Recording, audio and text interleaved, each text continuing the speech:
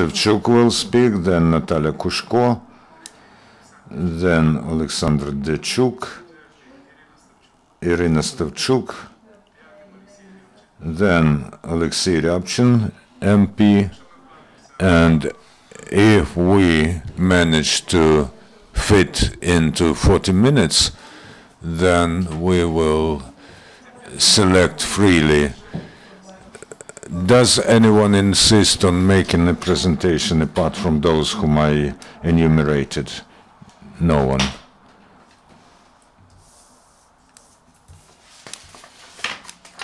Yes, yes.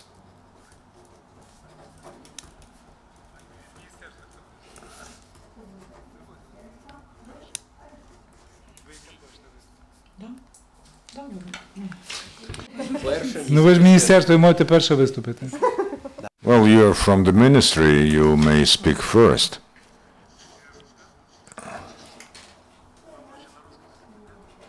And you want to speak Russian?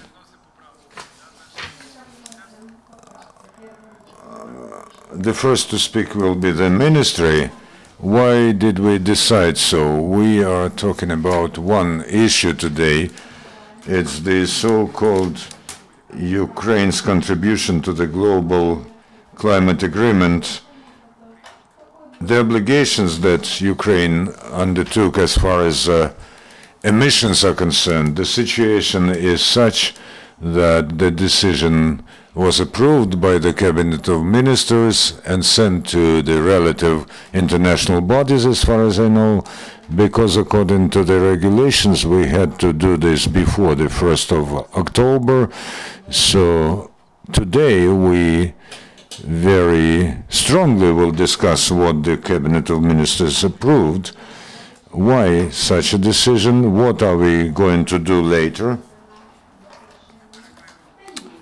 and how we achieve the goals, rather high goals set by the government. So if you don't mind, we'll start to work.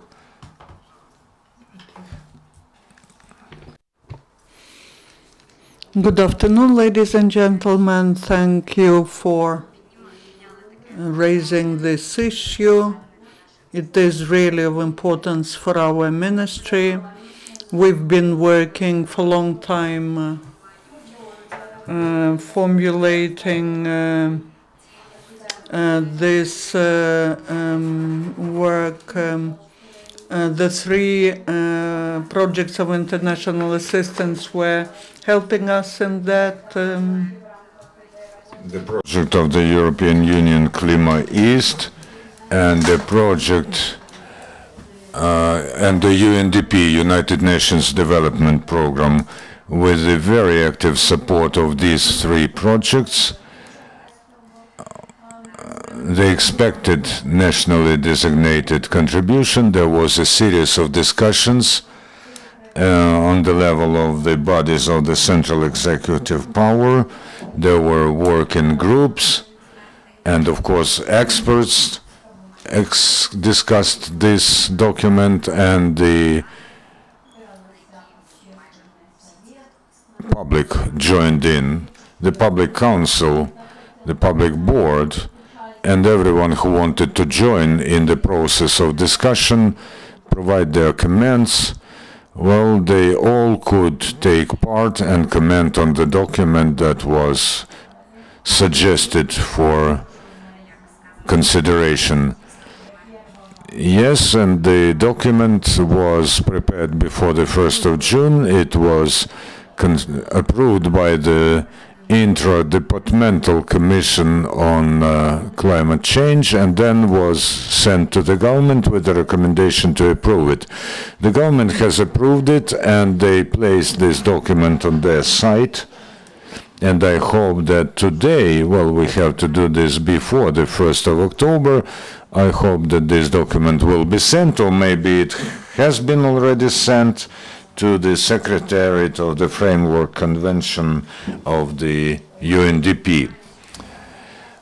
I very much hope that today we will hear the opinion of experts and from the executive bodies of power, how we see the climate policy tomorrow and the day after tomorrow, after we have already defined this nationally expected contribution, and what all of us want to do further to prepare for the further action and to move in the direction of the sustainable development of the economy of Ukraine. Thank you very much, Elena. I think that we won't ask questions as yet. I think that everybody understood the situation. We see what challenges are ahead of us, and the word goes to Dr. Vasyl Shevchuk. He is a chief expert at UNDP. The floor is yours.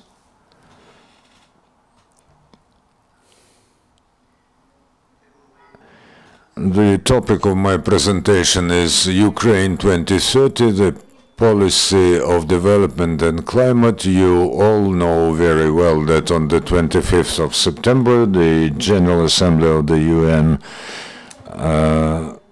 with a absolute consensus, 193 countries have approved of the new global plan of sustainable development, of global development, and we worked along the lines of this document, and the research involved all the national experts who work in the sphere of climate policy, some of them as developers, some as people who gave feedback, some were criticizing the document, some of them were moderate, some were absolutely fierce, but I want to thank everybody because everybody made their contribution to make this document more quality-oriented. We have analyzed the entire policy of development of our state, and I can tell you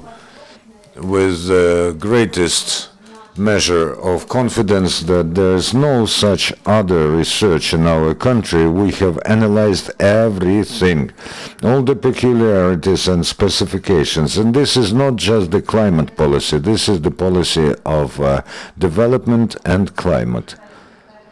As Olena has already said, and she's from the ministry, the Interdepartmental Commission has approved this document on the 8th of September, and the Cabinet of Ministers has confirmed this on the 16th of September. Okay, we'll skip some slides. I think my aides will follow this, will take care of this. As I have already told you, a huge analytical material was collected on the basis of which this expected nationally defined contribution was specified. This is the structure of climatic development, our entire economic policy, inner, domestic and foreign challenges and risks, and forecasts done with every possible method. The state regulation was analyzed, and all the contributions from all the countries of the world were already also analyzed, which helped us formulate the document which we submitted first to the Interdepartmental Commission and then the government. Slide 5. Ukraine from 1990 to 2012 has additionally decreased the emissions to the tune of 10.1 million tons over the quota allotted by the Kyoto Protocol, and this is priced at $80 to $100 billion, which is far more than our entire foreign debt. We have gone through several stages of economic development. We see this on the slide. And then the allowed amount of emissions for Ukraine is now 76% of the volume designated for 1990. Ukraine has already stated the goal to not go over 50% of the level of 1990. The additional effect from reserve of Ukraine is a sovereign reserve of the state, which has an additional value, and the reserve of the planet, of which I'll talk later. And I hope that very soon, after the war is finished and the territorial integrity and sovereignty of Ukraine is restored, Ukraine will need multi-billion volumes of capital investment. In our project, we have said that this volume, this national contributions volume, will be reconsidered after the war is ended, with the account for the investment in attraction. Of course, there are domestic indexes like amortization of equipment, energy consuming character of the economy, and the 20% of our economic potential which was ruined by the war. Also, of course, there are economic after effects because of the annexation of Crimea and because of the aggression in some districts of Donetsk and Luhansk region. While we were preparing the document, we analyzed all the national strategies and programs that are enacted today, that are in action today, but our special priority was given to the Strategy of Sustainable Development Ukraine 2020, the association agreement between EU and Ukraine, and some key sectoral strategies like the energy strategy up to 2030. There is also a project aimed at 2035 we have taken into account, but we think that it may be changed drastically. The transportation strategy up to 2020, the concept in the, well, there are 5 programs in industry. However, Ukraine, which is still an industrial country, does not have an institutional provision for the industrial policy. And the Ministry of Industrial Policy was set up and liquidated several times over the last years. If we want to arrive at high rates of development, we do have to have institutional provision. Housing sector, which does a lot to raise the energy efficiency and energy saving, and as of today, there are key programs have been completed, and the ministry is working on the program of energy efficiency, which is not very simple.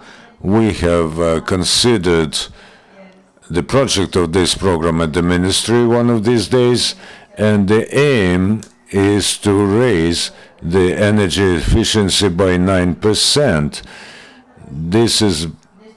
This aim is being reached at the expense of our fall, decrease of production.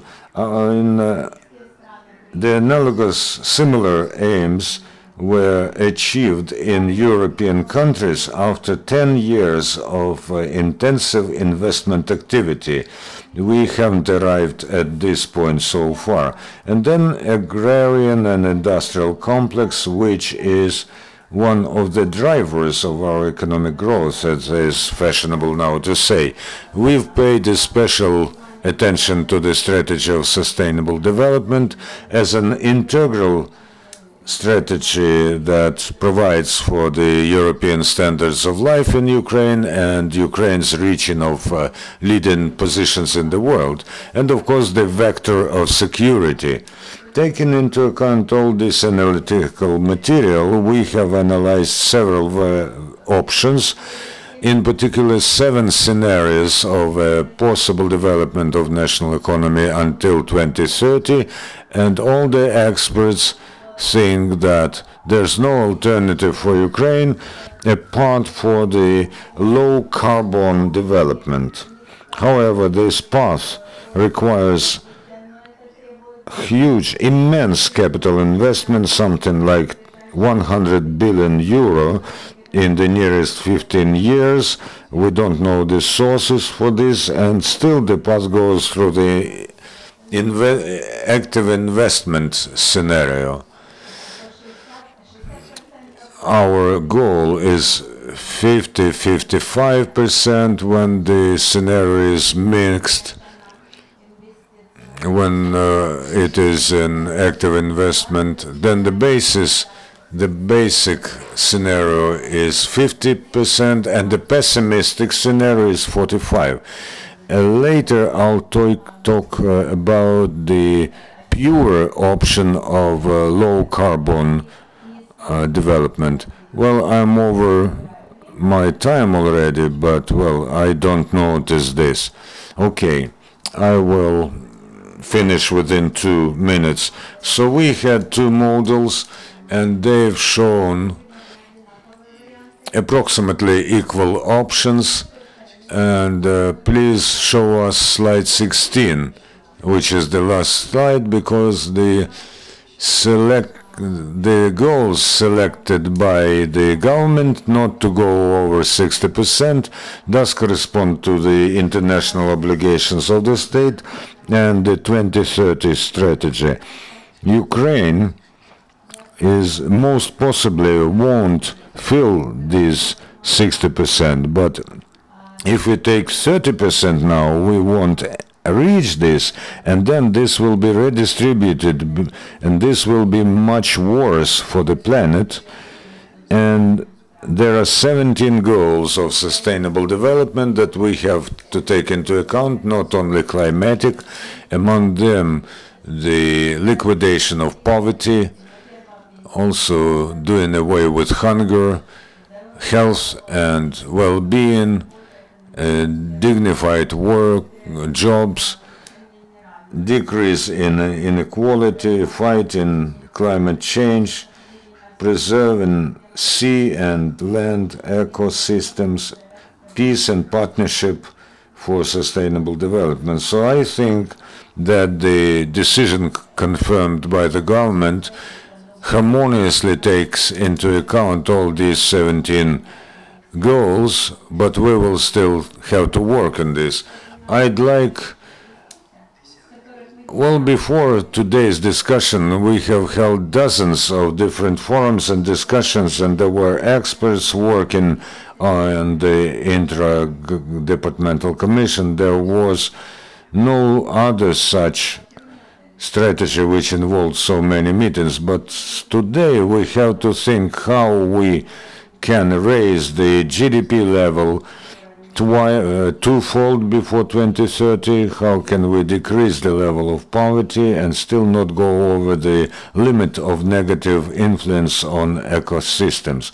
And now I'll give the floor to the expert, the head of the USAID low carbon project, a person who has been doing this work for 10 years already, and this person is a member of the committee of the World Health Organization for the clean development. And you know, Natalia Kushko has her birthday today. Let's congratulate. Thank you very much, Natashenka. Have every success, you and family. Be always lucky, and Ukraine be lucky with you. Thank you for invitation.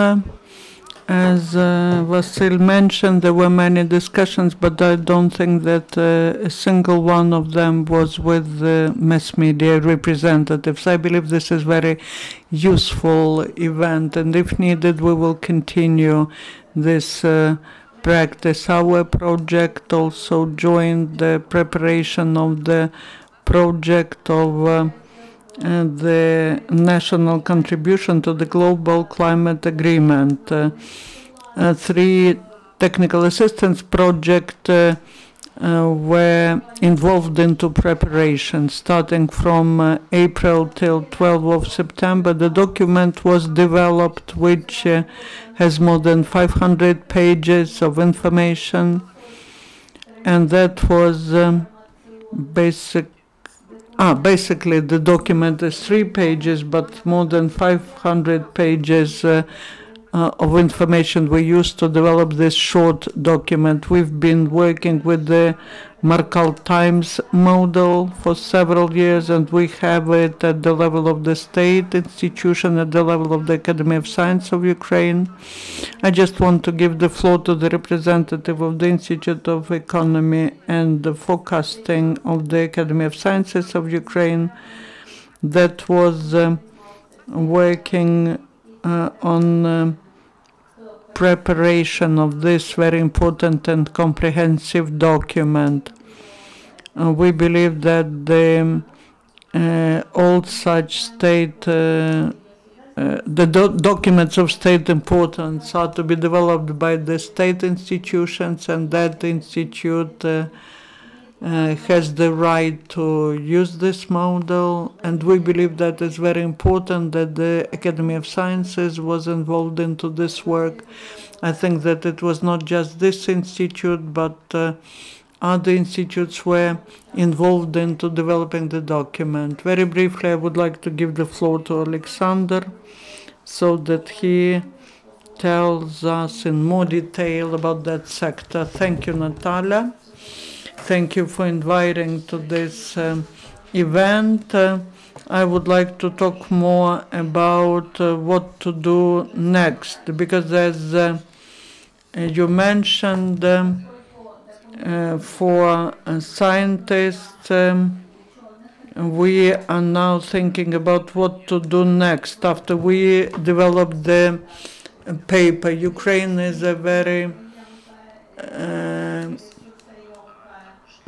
energy efficient, energy consuming, high energy consuming country.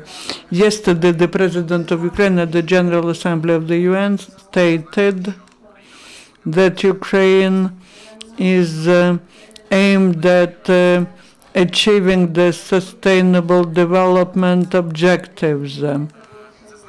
He stated that addressing the problem of climate change is very important for the sustainable development in the future, and we are trying to work in this direction to find ways of achieving the objectives.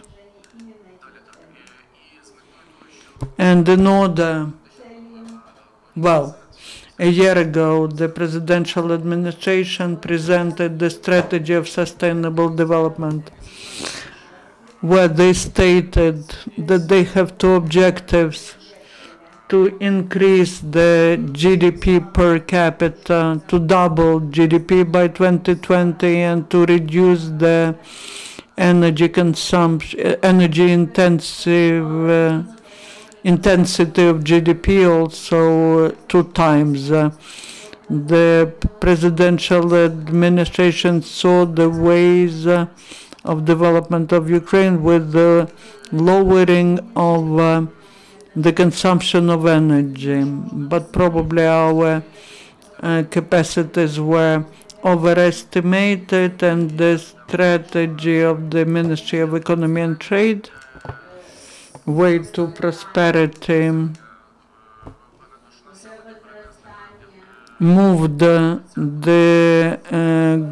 doubling of GDP per capita till 2030, but we believe that this is a very important objective. Ukraine shouldn't be trying to preserve the structure of economy. We need to find ways so that our economy is consuming less carbon, reducing the Many people do not understand why this is important. People say just give us bigger salaries, but it is a very important indicator which shows where the country is moving to, talking about development of innovation, development of economy, and we see that after Ukraine approved, defined its objective, we need to work on finding ways to change the structure of economy. And these ways are about 5 simple things, which is enhancing energy efficiency and energy saving in Ukraine, use of renewables, development of domestic innovation technologies in energy sector and in other sectors of economy. And also there should be the development of economy and energy sector which should be developed together so that the negative impact on the environment is reduced. Для цього, на наш погляд, є I believe that this association agreement is very efficient for that, which Ukraine should use to implement all these things. As Natalia mentioned, the work that we continue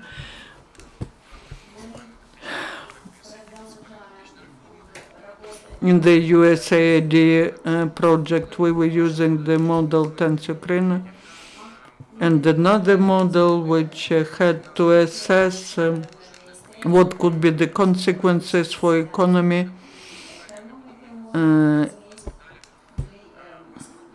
We were trying to assess our capacities as to low carbon development, and the results of our model show that Ukraine has a large potential for reducing the greenhouse effect. We can achieve 35–40% till 2030, but the cost of this way is very high. It is about 100 billion euros. This is the preliminary assessment, because it could go up or down, could be the internal resource and develop internal economy, internal market of Ukraine, or they could be directed towards economy of other countries when equipment is imported. We need to manufacture equipment here, basically. So these objectives could be internal for Ukraine. Ukraine should understand, as a sportsman, should understand what is the maximum potential that it could reach in ideal financial, military, political conditions.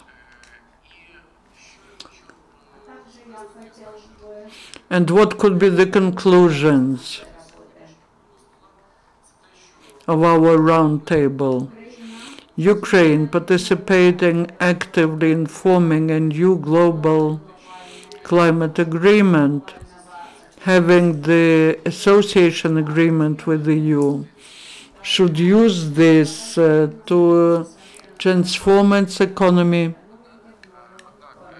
But for that, there are some obstacles that we know about, that Vasyl mentioned, and these are not just the military political situation in the country, but the poverty of the population,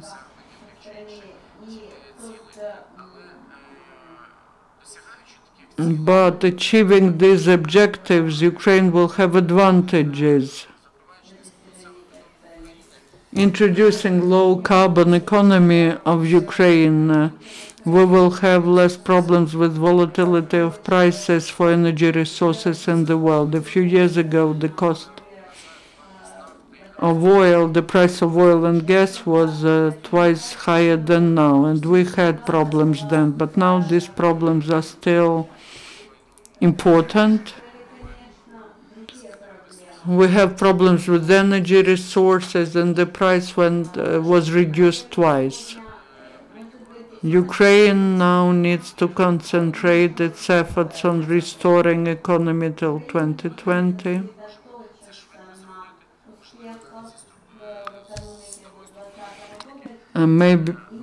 But until 2020 we need to review our national contributions. If we manage to develop the strategy of moving to low carbon development.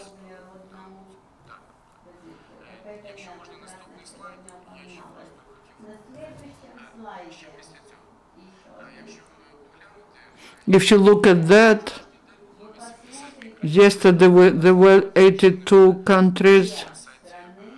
That was on the website of UN convention. 12 countries which in 2012 have more bigger figures than Ukraine. If we look at 2030, they did not define their objectives clearly. For China, if we look at 2030, these countries with their objectives in 2030,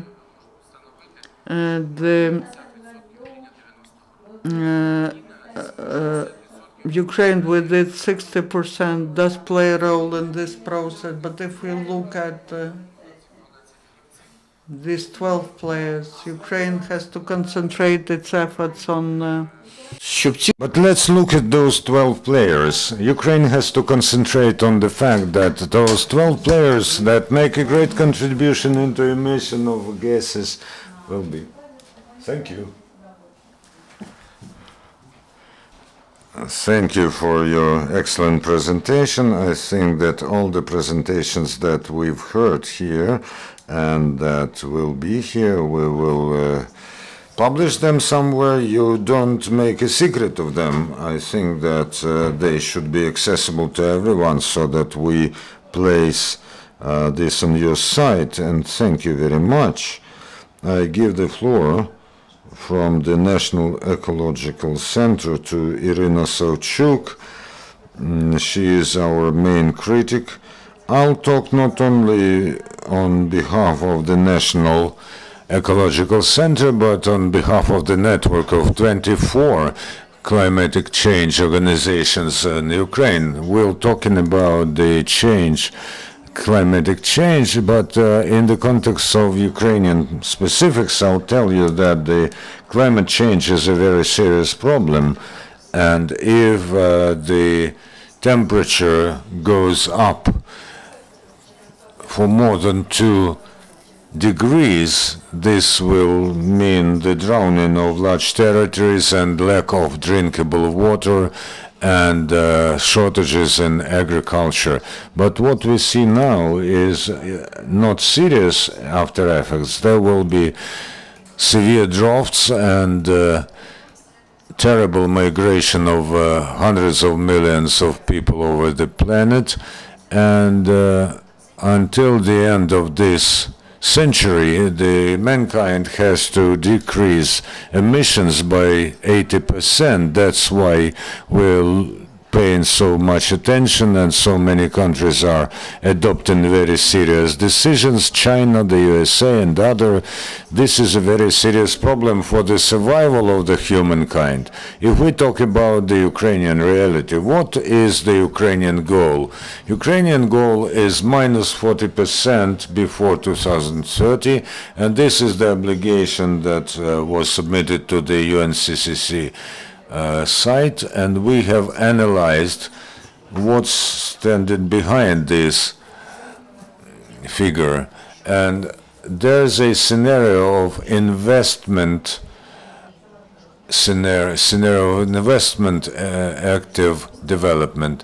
This means no development of renewable sources of energy And according to this scenario, the decrease won't go further than 47.5. And this is the scenario which means that the government has to do nothing and have a surplus of quotas. But the format of the new agreement does not provide for the surplus of quotas. These are not the obligations that Ukraine will have to pay for if we don't fulfill this. This is the format where every country, according to their financial and economic opportunities, provide their contribution. If we look at this in this context, then the contribution of Ukraine is zero, zilch. More than that, this contribution does not take into account the obligations that Ukraine has already undertook, including within the framework of the association agreement. We have the aim to increase the energy efficiency by 9% and to increase the use of renewable sources of energy by 12%. At the moment, our emissions are almost minus 58% compared to 1990, and our aim means that we will increase the extraction of fossils before 2030 by 40%. What does this mean? This means that actually we will have to extract coal, but most of the mines are ruined or are in the anti-terrorist operation zone. To buy coal is a complicated thing, and we will have to buy it from Russia, which is not a decision or solution in the long-term perspective. And the statement of public organizations and activists and public organizations is that the solution for Ukraine is the development of the renewable sources of energy, and this is what the Ukrainian strategy has to be based on, and this is the bulwark of our ecological and economical policy. If you look at this from a side, you'll think that ecologists want the absolute stop of economy. This is not true, because ecological organizations are in favor of economic development, and the greatest reserve in the housing sector, including the making our residential houses warmer and raising the energy efficiency. And we think that the conflict between ecological organizations and government is mostly in the question whether we will retain status quo in the development of economy when we see no reforms and Ukraine lives as it used to live over the last years, or on the contrary, we go for reforms, we fight corruption, and we raise the use of renewable sources of energy. The analysis shows that this scenario is actually 4% more pricey than as usual scenario, business as usual scenario, but it does decrease the import of energy resources by 20%, and this is the only way which will bring about significant changes and provide for the development of our country. Otherwise, we will roll back. I'm ready to take notes. Well, but I believe that is why we have so few representatives of the government, because they were afraid of your presentation. But we will continue this work, and all your arguments you have, you will express them. Now the floor is given to the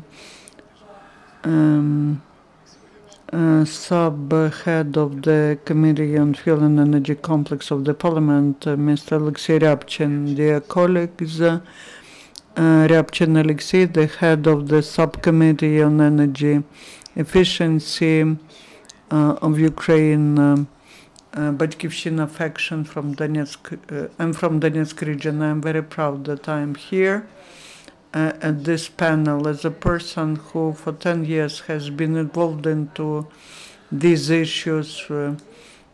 I came to energy savings in 2000. We were working in the company that was introducing energy saving technologies. I was the postgraduate of Donetsk University, and my dissertation was environmental energy security in the in a situation of globalization. After that, I went to study to Great Britain innovation and international sustainable development, and now I continue to work in the committee of the parliament, and I can talk on behalf of the science, on behalf of the business, because I was introducing these technologies and I was looking at the advantages of Kyoto Protocol, and the person who studied abroad, and I saw what are the elements of law of the economy which we are trying to create. I saw how green jobs are created. Why is this sphere so attractive? We see that this is important. We shouldn't look at Kyoto Agreement and climate changes only from the point of view of environment, green grass and fresh air. But we are talking about economy, we are talking about the future development of the country and the nation. We are talking about children and our grandchildren. During the war, to talk about climate change, people do not understand me when I'm talking about that. But when I say that that's technology, that's investment, these are jobs, and then as a consequence to that improvement of environmental situation, people do understand that that's what they want. Who else should be here? I believe it's not just the members of parliament, representatives of the ministry, but the representatives of the Ministry of Energy who should be working on reducing the consumption. They shouldn't be the Ministry of Mining Industry. There should be the representatives of the Ministry of Economy who should be making calculations and programs of how to move to so low carbon development. The representatives of the Ministry of Finance who should give money for that, who should work with our international partners to defend every line of the budget, to explain that these are not the expenditures, the investments that we will get back. The Ministry of Housing, since 2006, I've been following this topic, and I see how from a small niche, from a small segment where the economists were working, that grows into a trend, and my task is, as the representative of authorities, and I will call upon everyone so that this trend becomes a mainstream, so that that becomes a market which is beneficial for our economy. I would like to read, and I would like to request the moderator to give me a little more time. I would like to read certain things from the documents I read. That is the project of where I was interested in two paragraphs for Ukraine. The development of the low carbon development strategy could become the driver of addressing many modern problems and moving to a new level of development of modern economy. The result of implementing this strategy could be efficient structural changes in the economy of Ukraine, where machine building, IT, pharmaceutical industry will grow, and the sectors with relatively high value added, and other sectors will get big impetus for modernization. I believe that everyone just dreams about such Ukraine. Then we look at what the representatives of the civil society road. I, as a person who came from expert society to the parliament, I see how our civil society is the main driver of changes, and that is good. We suggest to shift the focus from military situation and to state that for Ukraine the issue of energy savings and gradual movement to renewable energy is an issue of priority, because energy security, energy independence and economic stability are important. If Ukraine really does something with their energy efficient houses, then we wouldn't need so much gas. We do have draft laws which we registered to reduce the royalty which is there for production. Let us produce our own gas and let us refuse from Russian gas. Let us sell it. And will be energy independent, and we will reinvest it into our social sector. But the key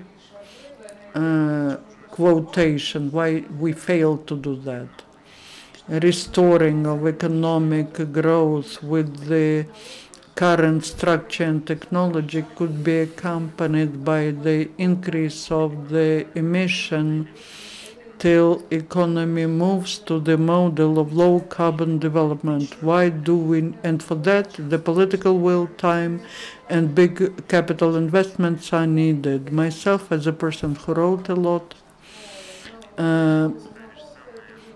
usually the main factor is in the beginning, what is there, why cannot we do it, political will.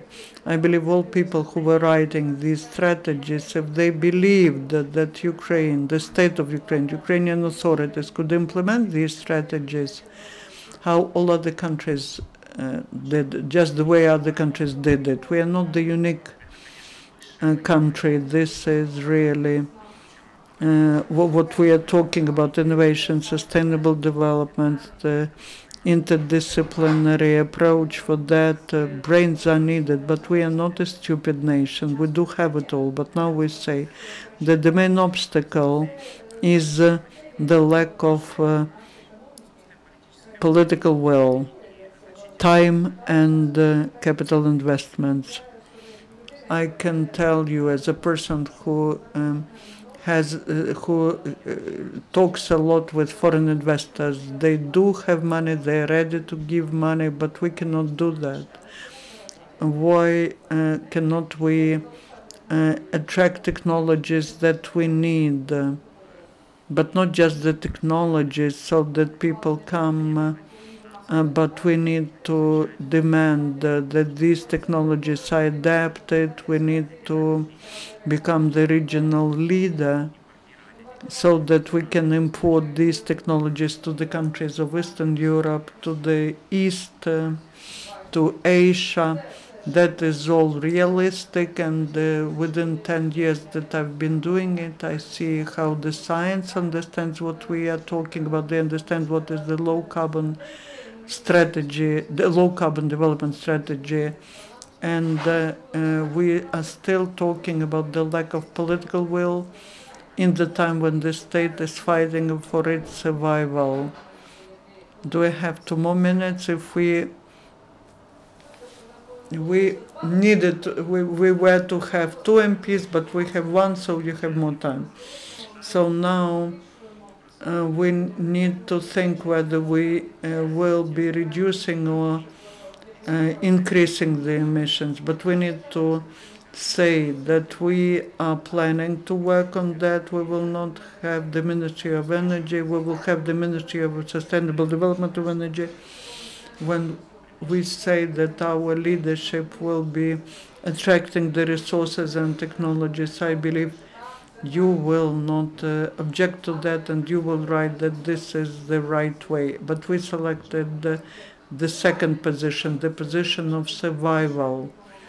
Let's state about smaller of fewer commitments. If I were a civil society activist, I would criticize that, but now because I represent the authorities, I understand that there are problems. It's difficult for me to criticize, but the war shouldn't become the obstacle to reforms. It should not, and that's what our foreign partners say, they shouldn't be the justification for the lack of reforms or absence of reforms. I talk a lot to youth, and I started working on these issues in 2007 or 6, and I know that youth wants to have green jobs. They want to work in these sectors which are developed all over the world. I see a huge potential of our technical specialists who want to transfer knowledge, who want to take the experience. I see that we have this unique window of opportunities which we will be losing with each year. What would I do if the decision depends on me? I don't know who should sign it, Prime Minister, the President, the Prime Minister. I would take more ambitious objectives, and I know people who can implement them. I know the representatives of science who are ready to show their loyalty, their commitment. I know of the foreign partners who are ready for that. But the position, unfortunately, now is like that, and it's difficult for me to criticize it. But I call upon all of us, the representatives of the civil society who are the driver, the representatives of the Ministry of Science, the colleagues from international foundations, let's get united. Let's help this niche to become a mainstream so that it becomes the engine of this development. If we fail to do it this year, let's not give up. Let's fight for the objectives that we state about. And once I was at this sitting of the English Parliament where they were discussing the issue of shale gas and radioactive waste management, and then I saw the difference between our politicians and Western politicians. They were saying that Great Britain was, is, and will be. Because when they were thinking about the decision, they were thinking about what will our children or grandchildren say. Do they want to pay for this waste? Do they want us to produce shale gas? The voice of future generations is taken into account. We are thinking about what we had in the past. Let's shift the focus. Let's develop our country. Even in conditions when we need just to survive because of the aggression. Thank you. Thank you for a very good statement. I would like to give the floor to another representative of authorities. Now I see one of the former heads of the Ministry of Economy, Musina Lyudmila. During the last year, she's been the assistant to Vice Prime Minister. Please come here and say a couple of words. While she is approaching, I of course abuse this time. Recently, 2 years ago, I was in Bundestag. This is the parliament of the German Federal Republic. And when we were conducting negotiations with Bundestag members who are into climate change, you know, the head of the committee went home on bicycle, and he said that this is the best argument that he can use to persuade other people.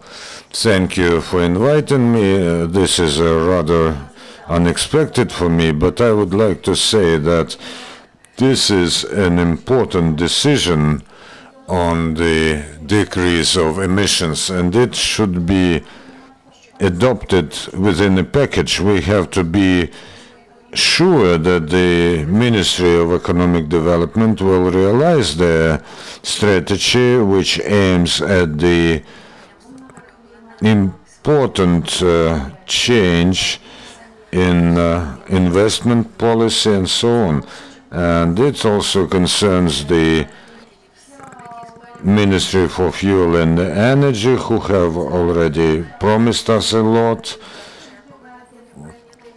And we are already a bit late with these reforms. We had to do this last spring, and of course there is some doubt that we will be able to provide for the ambitious plan. However, if the government does sign this, then we have to oblige these ministries so that these measures are truly implemented. We should not only talk about this, we have to go into this systematically. And you know, when the Ministry of Economy signed our memorandum of cooperation with the USAID, we talked about low carbon emission development. We have to save every resource now, because according to the World Bank assessment, we are the country with rich natural resources but the least effective economy in Europe. Now, of course, the aims that we set ourselves are beautiful, but we do have to do everything possible, both central bodies and the public, so that we do show tangible results. Thank you. Our main speakers have spoken. Now we have 40 minutes for discussion, and to fill in this pause, I want to say something.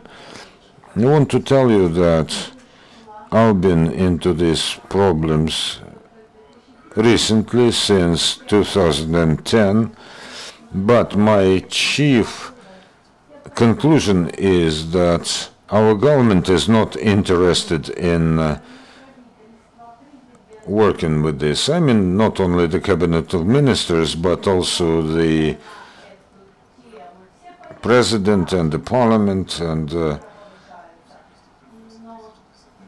regrettably, all the humankind has addressed this topic in 1992. Everybody sees that this is the basis for developing the entire economy, and this is the problem of technology, of organizing our economy in such a way that our land does not become a desert. Regrettably, several times when I had some relation to the government, I tried to organize some hearings on the basis of a committee of the parliament. Recently there was a hearing on energy providing resources, but this concerns only 1/1000 of the problems. As Natalia Kushko said, you know, there was almost no journalists while we were talking. And you know that the main obligation that's there in the Convention on the Climate Change is popularizing knowledge in the sphere of climate change. And you know, in foreign countries, everybody looks to buy the energy saving, the food which was produced with the least use of natural resources. We do not understand at all what is ecology, what is climate change, and all this kind of stuff. So what we do not have normal research in the Academy of Sciences, on the development of Ukraine or on the development of the world. And there are world research when we try to do something in this respect. You know, when everybody said that Ukraine was cut off the Kyoto Protocol, but of course we were not cut off. They just told us that they've become bored of us because our reports were providing ever more pessimistic approach. We are, you know, now we are quoting war as the main factor precluding us from reforms, but tomorrow we will return Crimea and they will invent a new factor that hinders us. You know that the Ministry of Education was responsible for the strategy of sustainable development for us. Just because one of the leaders, top managers, was married to someone who was there. You know, there's almost €1.5 billion of investment proposals that people want to invest into Ukrainian housing sector. But we don't have any practical documents, no serious research. Everybody lives thinking only of today. We have 80,000 boilers of different size and level, and most of them cannot be actually assessed for what they will become in some time because they are so outdated. It happens so that our energy efficiency agency is under the auspices of the Ministry of Housing Development, maybe because we do not have the first Vice Prime Minister in the government who would be responsible for this. You know, while fighting the control function, they have liquidated the Economic Investment Agency, and all such problems were aimed at the ministry. But because 4 or 5 ministers have changed in recent years, I think that even today in the ministry there's not many people who would understand what we are talking about. I just wanted to add to Iryna Stavchuk's, as a public activist, speech that they should have more argument. Please, whoever speaks, introduce yourself. Sorry. Please introduce yourself through a mic. Hello, I'm Vasyl Shevchuk. I'm the author of the project for sustainable development, and I'm the coordinator of the project for sustainable development. What I have heard here is talk as usual, and when Oleksiy said that we don't have political will, this only shows us that our state and our majority, parliamentary political majority, is not interested in doing all this. And you know, Oleksiy Ryabchyn cannot fight for everybody. Not the ministry not any ministry will decide anything, but the majority in the parliament. And until there's no party in the parliament who does not depend on oligarchs who have earned their money on trade in gas and oil, no one will be able to do anything. Of course, such measures, such events will move the thing forward, but this will be very slow. There are now, of course, some youth groups that will eventually lead to the formation of the broad movement, and then the political party that will assume responsibility for our department, for our development. At the moment, this is just a lot of hot air, because there's a need for presentations and for saying something. And you know, I'm not just the author of the concept. I now need a region for a pilot project, and this will be a pilot project for the world, not only for Ukraine, for the economy with a balanced demand and offer for internet economy. I'd like to draw your attention to the fact that we are talking about obligations of Ukraine, that we have assumed that we will decrease emissions, and this is what we are talking about now. And if you say that nothing will happen before there's a party, well, it means that we won't be able to do anything. You know, when we simplify the processes that are going on in our country, and we're talking about the party of oligarchs, we are simplifying it too much, because this is you who are voting for these parties, the people who choose, the people who vote. And now the parliament has been renovated for 56%. I'm not the only MP who is interested in sustainable development. Yes, there's no critical mass as yet, but I said that this is a niche that we should tend and look for, so that people vote for such parties, so that scientists come to the executive bodies of power, and there has to be a public demand for this.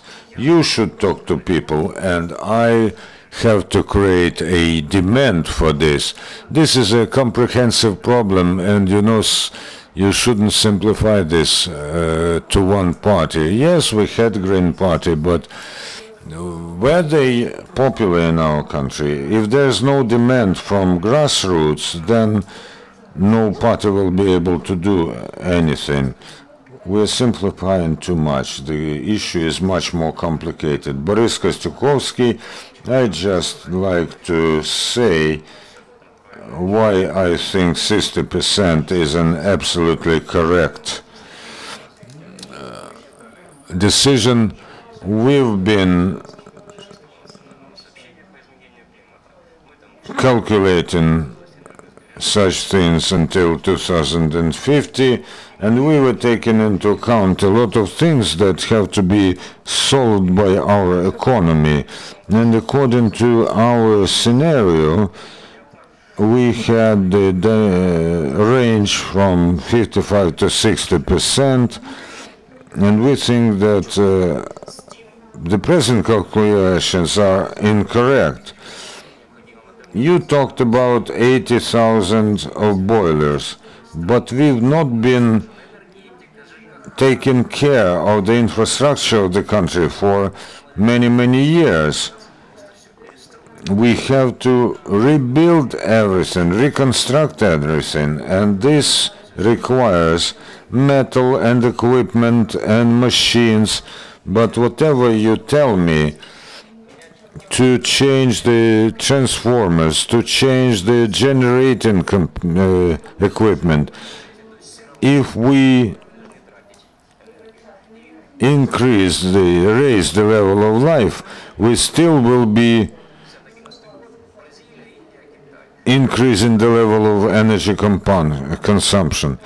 In Brazil, China, and other countries that made progress recently, the rise of GDP was lagging behind the rise in energy consumption. And another two myths. in Ukraine, the development of solar and wind power does not lead to the decrease, because this way we are pushing out the nuclear energy, which we will have to replace. And another, you know, today we have 3 times less cars per 1,000 residents than, for instance, Poland has. And of course you cannot count for structural restructuring when the sector of services will develop while the real sector will stand still. This is a good scenario when we export such services. But what we are talking now about is the real sector, which does service those sectors of economy. I agree with many things that you said, but even in our presentations here, we said that Ukraine has decreased the consumption of gas, but I would like to see a schedule, a chart, how much have we decreased because of the fall of production, and how much we have decreased because of the energy efficiency. Why do we simplify this services sector? Let's talk about the scientific tendency in science-consuming sector. When we talk about the real sector and we are oriented at Russia, Brazil, or China, I would like to see this as well. When we take this haircut on the realization of our debts, I have sent an SMS to Mrs. Yaresko. I'm sure that our economy will grow, but I've seen a lot of other examples. Why aren't we talking about Scandinavian countries or other countries where such things happen because of the change of the structure of economy? For instance, why in Germany the structure and the mode of behavior of people changes? When you understand that you have your own solar collector and you have to save, yes, you're talking about few cars, but when we have electromobiles, we'll see this picture in a different way. Let's see how we take these technologies and build such a model. That's why I agree with a lot of what you said, but I think we should do other things as well. This is absolutely true, and we take this into account. But if the country does not have normal infrastructure, normal autoroutes, no heated water, then which specialists will remain in the country? Those who will have an opportunity to go away, or maybe some freelancers. But you know, we should develop these processes in parallel, and in the nearest future we'll have to renovate the infrastructure, absolutely. And let's take the railway as well. We have calculated this very accurately and diligently. I can tell you, your chief idea is people. You know, I have graduated on from the unique specialty on innovatory management. I was invited to work there, but I came here, and I know a lot of people who feel themselves undervalued over abroad, and they come back to Ukraine where they can change a lot. I agree with you on the personnel hunger. When we are talking to Scandinavian colleagues researching offshore winds, they say that we do not have PhDs and doctors who teach us how to do this. Their demand is much higher and requests are much higher. How many specialists have we prepared for the Ministry of Energy or Ecology? Where do we have adjacent sciences and technicians and scientists who together look into this? Thank you very much. I think that the MP will we will create a subcommittee on the climate change, and this will be the best we can do. Go on. Good afternoon. I'm Yulia Garankaev, expert on energy and economic policy. I participated in the UNDP project for some months. I'm happy that the events like this are held, then people are able to express their ideas, views. On the other hand, I would like to see more proactive dialogue and to see some effects of this dialogue. Sometimes it looks like different parties simply express their points and that's it. They do not develop joint vision what we should do.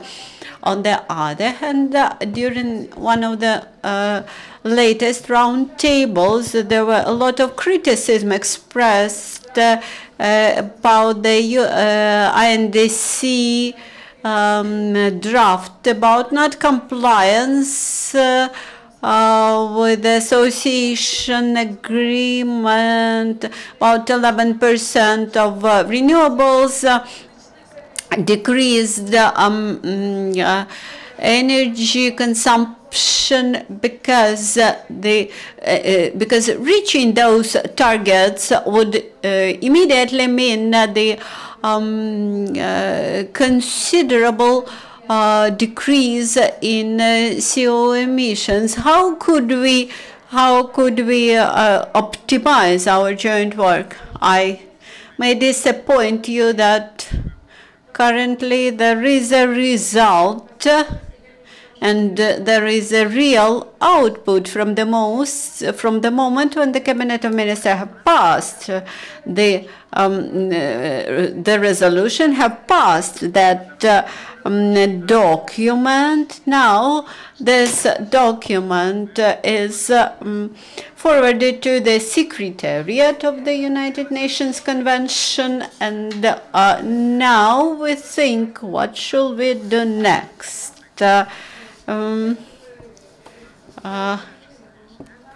We have very experienced experts, and the government do not wish to recognize that we have very experienced experts. Natalia Kushko knows half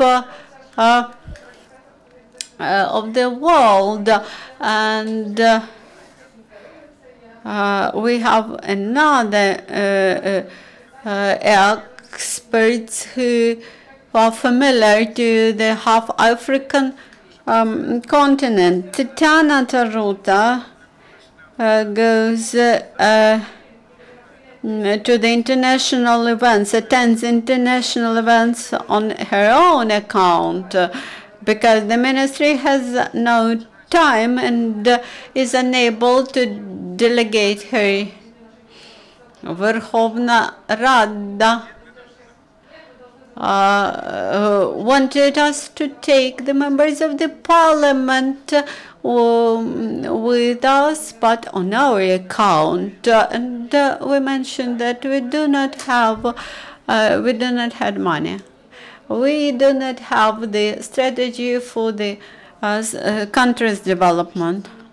Andrei Zhelezny, National Environmental Centre of Ukraine. I haven't got the answer on my previous question. Unfortunately, that contribution which was made by the NGO experts, and we did not see why our expert considerations were not included to the final document. Where are the responses to our comments. And to Mr. Kostykovsky, how much energy do we need to modernize energy? How much we will consume? How much energy we will consume with this new modernized infrastructure? Now we are discussing the UNDP. We should not spend energy on generation of new products. We should reach success in new development goals. As for the comments and suggestions of the public on the ministry website and on the portal of the government of Ukraine, you can find the draft document with the analytical paper to it. All the responses were accumulated and discussed.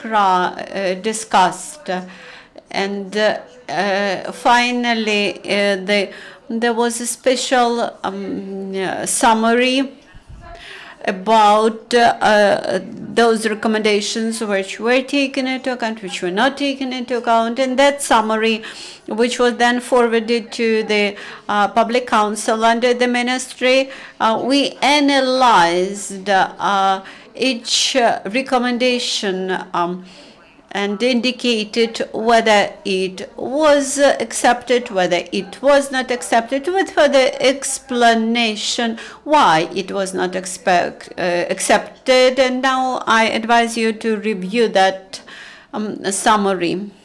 You will find the answers to all your questions. Good afternoon. I'm advisor to the Ministry on Environment, specifically on development of the new global climate agreement. I would like to point your attention to two key aspects in our discussions. When we speak about INDCs, we mention that our objective is not higher than 60% of the basic 96 year. That is, we should not reach more than 60%, but we can accept our targets lower than 60% on the one hand. On the other hand, civil society should understand this as intended national determined contribution. This agreement will be signed this year, but in 2-3 years, how this is formulated in the agreement, those contributions will be reviewed. And later there will be national determined contribution. That's why I think we will, in 2-3 years, come back to this discussion, and we will have a possibility to make our target more ambitious.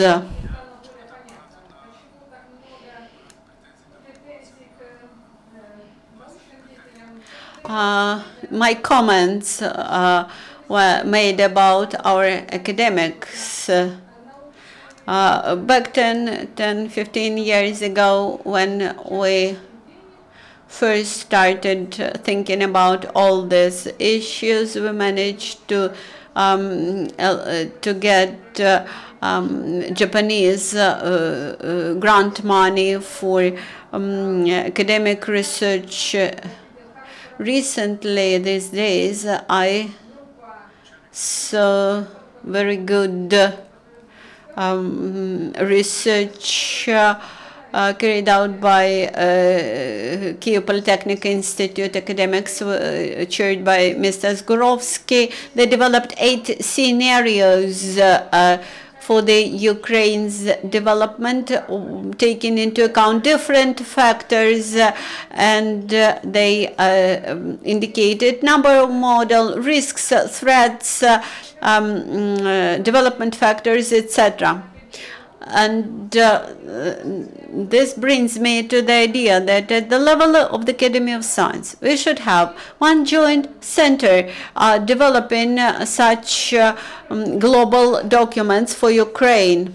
When in 2012 we requested predictions from academic institutes about development forecast for Ukraine, we found out that predictions fluctuated and were very much opposite in 75%.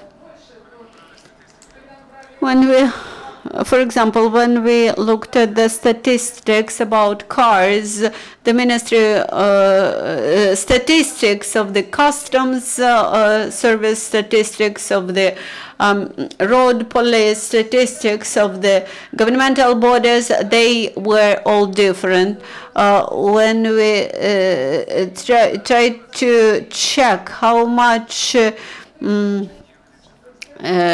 dispersed compounds are imported to Ukraine, we found out that we do not have this data at all.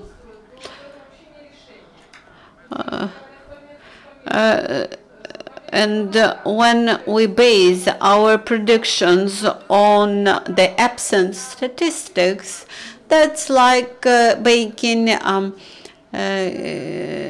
guesses without any grounds. We